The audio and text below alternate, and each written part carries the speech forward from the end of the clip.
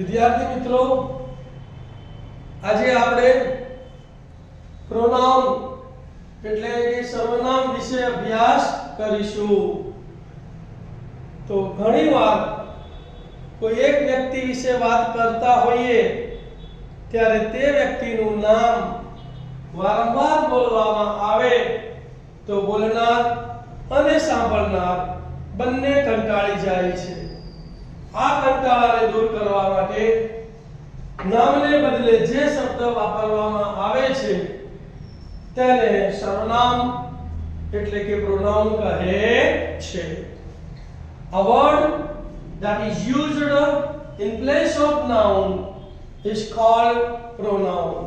એટલે કે નામને બદલે જે શબ્દ વાપરવામાં આવે છે તેને સર્વનામ કહે છે। વિદ્યાર્થી મિત્રો, 5 પ્રકારના સર્વનામોનો આપણે અભ્યાસ કરવાનો છે।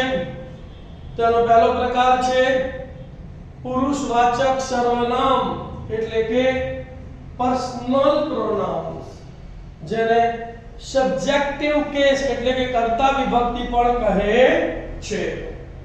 આ સબ્જેક્ટિવ કેસ હંમેશા વાક્યની શરૂઆતમાં કર્તા તરીકે વપરાય છે અને તે બોલનાર પ્રમાણે તેનો શબ્દો જુદા જુદા હોય છે। તો આપણે પર્સનલ પ્રોનાઉન્સના રૂપોનો અભ્યાસ કરીએ તેમાં બે ભાગ પડશે, સિંગ્યુલર અને પ્લુરલ। ફર્સ્ટ પર્સન બોલનાર પોતાના માટે વપરાય છે, આઈ એટલે હું એનું બહુવચન, વી એટલે અમે। સેકન્ડ પર્સન સામેવાળી વ્યક્તિ એટલે કે સાંભળનાર માટે વપરાય છે આ સર્વનામ। એક વચનમાં યુ એટલે તું એનું બહુવચન, યુ એટલે તમે। થર્ડ પર્સન જે વ્યક્તિ માટે આપણે વાત કરવા માટે કરવાની હોય છે તેના માટે આ સર્વનામ વપરાય છે। તો એમાં પહેલો આવશે હી એટલે તે, છોકરા માટે વપરાય છે। સી એટલે તેણી, છોકરી માટે વપરાય છે। ઈટ એટલે તે, નાન્યતર જાતિ માટે વપરાય છે। અને આ હી, સી અને ઈટ નું બહુવચન ધે એટલે તેઓ। આ બધા જ પુરુષવાચક સર્વનામ કર્તા તરીકે વાક્યની શરૂઆતમાં વપરાય છે, તેથી તેને કર્તા વિભક્તિ કહે છે। All personal pronouns are used as subject in the beginning of the sentence, so it is called subjective case। હવે આપણે આ જે કર્તા વિભક્તિના સર્વનામો છે તેની સાથે કયા પ્રકારના ટુ બી ના રૂપો વપરાય છે તેનો આપણે અભ્યાસ કરીશું। તો વર્તમાન કાળમાં ઇન પ્રેઝન્ટ ટેન્સ આઈ સાથે એમ આવે, આઈ એમ એટલે હું છું। વી સાથે આર આવે, વી આર એટલે અમે છીએ। યુ સાથે આર આવે, યુ આર એટલે તું છે, તમે છો। હી સાથે ઇઝ આવે, હી ઇઝ એટલે તે છે, છોકરા માટે વપરાય છે। સી સાથે ઇઝ આવે, સી ઇઝ એટલે તે છે, છોકરી માટે વપરાય છે। ઇટ સાથે ઇઝ આવે, ઇટ ઇઝ એટલે તે છે, નાન્યતર જાતિ માટે વપરાય છે। ધે સાથે આર આવે, ધે આર એટલે તેઓ છે। ભૂતકાળની અંદર ઇન પાસ્ટ ટેન્સ આઈ સાથે વોઝ આવે, આઈ વોઝ એટલે હું હતો। વી સાથે વેર આવે, વી વેર એટલે અમે હતા। યુ સાથે વેર આવે, યુ વેર એટલે તમે હતા, તું હતો। હી સાથે વોઝ આવે, હી વોઝ એટલે તે હતો। સી સાથે વોઝ આવે, સી વોઝ એટલે તેણી હતી। ઇટ સાથે વોઝ આવે, ઇટ વોઝ એટલે તે હતા। અને તે સાથે વેર આવે, તે વેર એટલે તેઓ હતા। ભવિષ્યકાળની વાત કરીએ તો ઇન ફ્યુચર ટેન્સ આઈ સાથે શેલ અથવા વિલ, SHALL શેલ અથવા WILL વિલ। તો આઈ શેલ અથવા આઈ વિલ એટલે કે હું હોઈશ। વી સાથે પણ શેલ કે વિલ વપરાય, તો વી શેલ અથવા વી વિલ અમે હોઈશું। યુ વિલ તું હશે એટલે તમે હશો। હી સાથે વિલ, હી વિલ એટલે તે હશે। સી સાથે વિલ, સી વિલ એટલે તે હશે। ઇટ સાથે વિલ, ઇટ વિલ એટલે તે હશે। અને ધે સાથે વિલ, ધે વિલ એટલે તેઓ હશે। ઉપરાંત માલિકી દર્શાવવા માટે ટુ શો પોઝેશન I સાથે have વપરાય have have તો I have એટલે મારી પાસે છે we સાથે have વપરાય we have એટલે અમારી પાસે છે you સાથે have વપરાય you have એટલે તારી પાસે છે he સાથે has વપરાય he has એટલે તેની પાસે છે she સાથે has વપરાય she has એટલે તેની પાસે છે it સાથે has વપરાય it has એટલે તેની પાસે છે અને they સાથે have વપરાય તો they have એટલે તેઓની પાસે છે ભૂતકાળની માલિકી દર્શાવવા માટે આ તમામ સર્વનામોની સાથે had વપરાય છે અને તેનું ગુજરાતી ની પાસે હતું તેમ થાય છે in past tense to show possession with all subject we use had had હવે આપણે અંગ્રેજીની વાક્ય રચનાનો અભ્યાસ કરીએ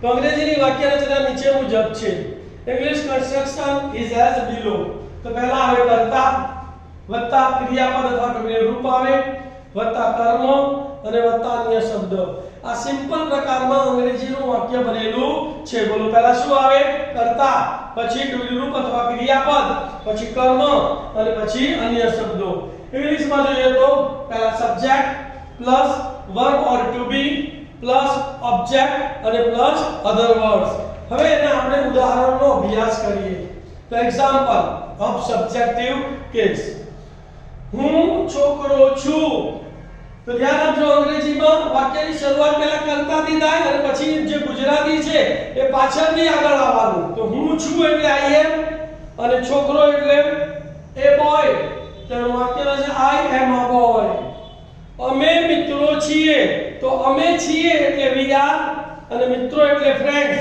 તો વાક્ય થશે we are friends તારી પાસે છત્રી છે તો તારી પાસે છે એટલે you have અને છત્રી એટલે an umbrella તો you have an umbrella તે આવતીકાલે ચેસ રમશે તો તે રમશે એટલે he will play અને ચેસ એટલે ચેસ અને આવતીકાલે એટલે tomorrow તો વાક્ય થશે he will play chess tomorrow તેણી મારિયા ઇન્સ્ટિટ્યૂટમાં કામ કરે છે તો તેણી એટલે she કામ કરે છે એટલે સાદો વર્તમાન કાળ તો she સાથે આવશે works મારિયા ઇન્સ્ટિટ્યૂટમાં એટલે in મારિયા ઇન્સ્ટિટ્યૂટ તો એનો જવાબ થશે she works in Maria institute તેઓ ગઈકાલે વોલીબોલ મેચ રમ્યા હતા તો તેઓ એટલે they રમ્યા હતા ભૂતકાળ છે તો played વોલીબોલ મેચ એટલે વોલીબોલ મેચ અને ગઈકાલે એટલે yesterday તો જવાબ થશે they played volleyball match yesterday તે મોર છે તો તે છે એટલે it is અને મોર એટલે peacock તો જવાબ થશે it is a peacock તો વિદ્યાર્થી મિત્રો ખ્યાલ આવી ગયો કર્તા વિભક્તિ પર્સનલ પ્રોનાઉન્સ એ હંમેશા વાક્યની શરૂઆતમાં કર્તા તરીકે વપરાય છે હવે પ્રોનાઉનનો બીજો પ્રકાર છે કર્મ વિભક્તિનું સર્વનામ ઓબ્જેક્ટિવ પ્રોનાઉન કર્મ વિભક્તિનું રૂપ હંમેશા ક્રિયાપદ પછી વપરાય છે યાદ રાખજો વિદ્યાર્થી મિત્રો અંગ્રેજીની અંદર કર્મ વિભક્તિનું રૂપ હંમેશા ક્રિયાપદ પછી વપરાય છે એટલે કે objective case is always used after verb હવે આપણે આ ઓબ્જેક્ટિવ કેસના રૂપોનો અભ્યાસ કરીએ સિંગ્યુલર એટલે એકવચન પ્લુરલ એટલે બહુવચન તો ફર્સ્ટ પર્સન તો I નું કર્મ વિભક્તિ થશે me એટલે મને we નું કર્મ વિભક્તિ થશે us એટલે અમને સેકન્ડ પર્સન બીજો પુરુષ you નું કર્મ વિભક્તિ you થશે you એટલે તને અને બહુવચનમાં you નું કર્મ વિભક્તિ you થશે you એટલે તમને થર્ડ પર્સન he નું કર્મ વિભક્તિ him થશે him એટલે તેને she નું કર્મ વિભક્તિ her થશે her એટલે તેને it નું કર્મ વિભક્તિ it થશે it એટલે તેને અને એનું બહુવચન they નું કર્મ વિભક્તિ them એટલે તેઓને થશે એના પર આપણે ઉદાહરણનો અભ્યાસ કરીએ તો ધ્યાન આપજો મેં તમને પહેલા પણ કીધું કે જ્યારે ગુજરાતીનું અંગ્રેજી કરીએ ત્યારે પહેલો શબ્દ કરતા આવે પછી ગુજરાતીનું જે વાક્ય પાછળથી છે એ પાછળથી તમારે આગળ તરફ આવવાનું એટલે એનું ટ્રાન્સલેશન થઈ જાય મમ્મી મને દૂધ આપી રહી છે તો મમ્મી એટલે મધર બરાબર આપી રહી છે એટલે is giving ચાલુ વર્તમાન કાળ બરાબર મને એટલે મને દૂધ એટલે me અને milk દૂધ એટલે milk તો જવાબ શું થશે? Mother is giving me milk. અમને ચોકલેટ આપો. બરાબર, અમને આપો એટલે give us, અને ચોકલેટ એટલે ચોકલેટ્સ, તો give us chocolates. અમે બધા તને માન આપીએ છીએ. અમે બધા એટલે we all. માન આપીએ છીએ એટલે respect, અને તને એટલે you. We all respect you. શિક્ષકે તેને ગઈકાલે ઇનામ આપ્યું. શિક્ષકે એટલે the teacher. આપ્યું એટલે ભૂતકાળ છે તો gave. બરાબર, તેને એટલે him, અને ઇનામ એટલે prize, અને ગઈકાલે એટલે yesterday. તો the teacher gave him prize yesterday. તે રવિના છે, તેના પતિ અભિનેતા છે. તો તે રવિના છે તો તે એટલે she. રવિના છે એટલે she is રવિના. તેનો પતિ એટલે her husband, અને અભિનેતા છે એટલે is an actor. તો હવે આપણે પોસેસિવ ફોર્મનો ત્રીજો પ્રકાર જોઈશું. તો પોસેસિવ એડજેક્ટિવ પ્રોનાઉન, સંબંધક વિશેષણ સર્વનામ. તો પ્રોનાઉનનો ત્રીજો પ્રકાર છે પોસેસિવ એડજેક્ટિવ પ્રોનાઉન, સંબંધક વિશેષણ સર્વનામ. બરાબર, તે વ્યક્તિ કે વસ્તુની માલિકી દર્શાવવા માટે નાઉનની પહેલા ફર્સ્ટ પોસેસિવ એડજેક્ટિવ તરીકે વપરાય છે. To express possession of thing or person, possessive adjective is used before noun. એના પણ આપણે રૂપોનો અભ્યાસ કરીએ તો સિંગ્યુલર એટલે એકવચન, પ્લુરલ એટલે બહુવચન. તો ફર્સ્ટ પર્સન પહેલો પુરુષ, તો I નું સંબંધક રૂપ આવશે my. my એટલે મારું. we નું સંબંધક રૂપ આવશે our. o u r our એટલે અમારું. સેકન્ડ પર્સન you નું સંબંધક રૂપ આવશે your. y o u r your એટલે તારું. બહુવચનમાં you નું સંબંધક રૂપ આવશે your. your એટલે તમારું. he નું સંબંધક રૂપ આવશે his. h i s his એટલે તેનું. she નું સંબંધક રૂપ આવશે her. h e r her એટલે તેણીનું અથવા તેનું. it નું સંબંધક રૂપ આવશે its. its એટલે તેનું. અને તેનું બહુવચન their. તેનું બહુવચન, તેનું સંબંધક રૂપ their. t h e i r their એટલે તેઓનું. હવે આપણે કેટલાક ઉદાહરણોનો અભ્યાસ કરીએ. તો આ મારી પેન છે. તો આ એટલે this. બરાબર, આ છે એટલે this is. મારી પેન એટલે my pen. તો this is my pen. પેલી મારી સંસ્થા છે. તો પેલી છે એટલે that is. બરાબર, અને મારી સંસ્થા એટલે my institute. તો that is my institute. અમને અમારો રાષ્ટ્રધ્વજ ગમે છે. અમને એટલે અમને ગમે છે એટલે we like. અમારો એટલે our, અને રાષ્ટ્રધ્વજ એટલે નેશનલ ફ્લેગ. તો we like our national flag. પેલા તમારા રમકડા છે. તો પેલા બહુવચન છે તો those.